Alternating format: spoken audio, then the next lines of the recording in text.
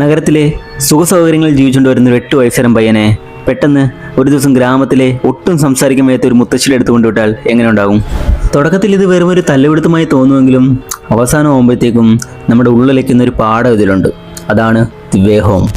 Hi, I M Saju. This is day 3 of 100 Days 100 movie series.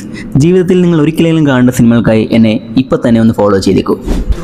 ഇതിലെ കുട്ടി കഥാപാത്രത്തിൻ്റെ പേരാണ് സാങ്കു. അവൻ്റെ അമ്മയ്ക്ക് ജോലിക്ക് പോകേണ്ടി വന്നുകൊണ്ടാണ് മുത്തശ്ശിയുടെ അടുത്ത് ആക്കേണ്ടി വന്നത്. നഗരത്തിലെ വീട്ടിലെ വീഡിയോ ഗെയിമും ടിവിയും ഒക്കെ ജീവിച്ചു വന്ന അവന് ഗ്രാമത്തിലെ ഈ ജീവിതം നരകമായിരുന്നു. സംസാരശേഷിയില്ലാത്ത മുത്തശ്ശി അവൻ ഒരുപാട് ബുദ്ധിമുട്ടിച്ചു. അവർക്ക് അക്ഷരങ്ങൾ അറിയില്ലായിരുന്നു, നടക്കാൻ ബുദ്ധിമുട്ടായിരുന്നു. എന്തെല്ലാം ഉണ്ടായിട്ടും ആ പേരക്കെട്ടിയുടെ ദേഷ്യം മുഴുവൻ ആ മുത്തശ്ശി ചിരിച്ചുകൊണ്ട് നേരിട്ടു. ഇതിലൊരു മനോഹരമായ രംഗമുണ്ട്. ഇവൻ കെൻഡക്കി ചിക്കൻ ആവശ്യപ്പെടുന്നത്. ആ സമയത്ത് മഴ നനഞ്ഞ് ദൂരെ പോയി കോഴിയെ മേടിച്ചുകൊണ്ട് മുത്തശ്ശി വരും. പക്ഷെ പാവം അവർക്ക് ഇത് പൊരിച്ചു കൊടുക്കാൻ അറിയാത്തതുകൊണ്ട് പുഴുങ്ങിയാണ് കൊടുക്കുന്നത്.